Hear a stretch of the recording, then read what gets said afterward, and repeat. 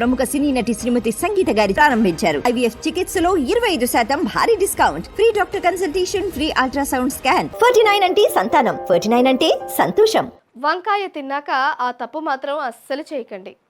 చాలా మంది వంకాయను ఇష్టంగా తింటారు. కూరగాయలలో రారాజుగా వంకాయను చెప్తారు. వంకాయలలో ఫుల్ పోషకాలు ఉన్నాయని, బోలెడన్ని ఆరోగ్య ప్రయోజనాలు కలుగుతాయని, వంకాయను తినడం చాలా మంచిదని చెబుతారు.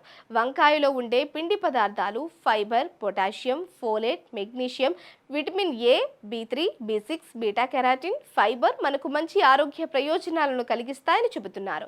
ఇన్ని ఆరోగ్య ప్రయోజనాలు ఉన్న వంకాయలను ఆహారంలో భాగంగా చేసుకోవాలని చాలా మంది చెబుతున్నప్పటికీ కొన్ని అనారోగ్య సమస్యలు ఉన్నవారు వంకాయలను తినకూడదని కూడా హెచ్చరిస్తున్నారు. ఎందుకంటే వంకాయలను కొన్ని అనారోగ్య సమస్యలు ఉన్నవారు తింటే వారి ఆరోగ్య పరిస్థితి మరింత దిగజారుతుందని చెబుతున్నారు. మరి ఎటువంటి అనారోగ్య సమస్యలు ఉన్నవారు వంకాయ కూర తినకూడదో ప్రస్తుతం మనం తెలుసుకుందాం.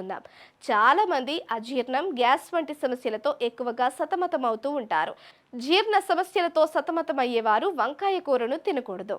వీరు వీలైనంత తక్కువగా వంకాయ కూర తింటే మంచిది. ఈ సమస్యలు ఉన్నవారు వంకాయ కూర తింటే వారి సమస్య మరింత పెరుగుతుంది. అంతేకాదు రక్తహీనత సమస్యతో బాధపడేవారు ఎట్టి పరిస్థితుల్లోనూ వంకాయ తినకూడదని ఆరోగ్య నిపుణులు చెబుతున్నారు. ఎందుకంటే ఇందులో ఐరన్ శోషణ తగ్గించే అనేక అంశాలు ఉంటాయి. ఇది శరీరంలో ఉన్న ఐరన్ను కరిగిస్తుంది. కాబట్టి రక్తహీనత ఉన్నవారు వంకాయ తినకూడదు. మూత్రపిండాల వ్యాధితో లేదా మూత్రపిండాలలో రాళ్లతో బాధపడుతున్న వారు వంకాయను తినకూడదు. వంకాయ ఆక్సిలేట్ ఉంటుంది. ఇది కిడ్నీలలో రాళ్లు ఏర్పడటానికి కారణమవుతుంది. అంతేకాదు కీళ్ల నొప్పులతో బాధపడేవారు వంకాయలను తినకూడదు. మీరు వంకాయలను తింటే కీళ్ల నొప్పులు మరింత పెరుగుతాయి. వంకాయలలో ఉండే సోలనిన్ నొప్పులను, వాపులను మరింత పెంచుతుంది.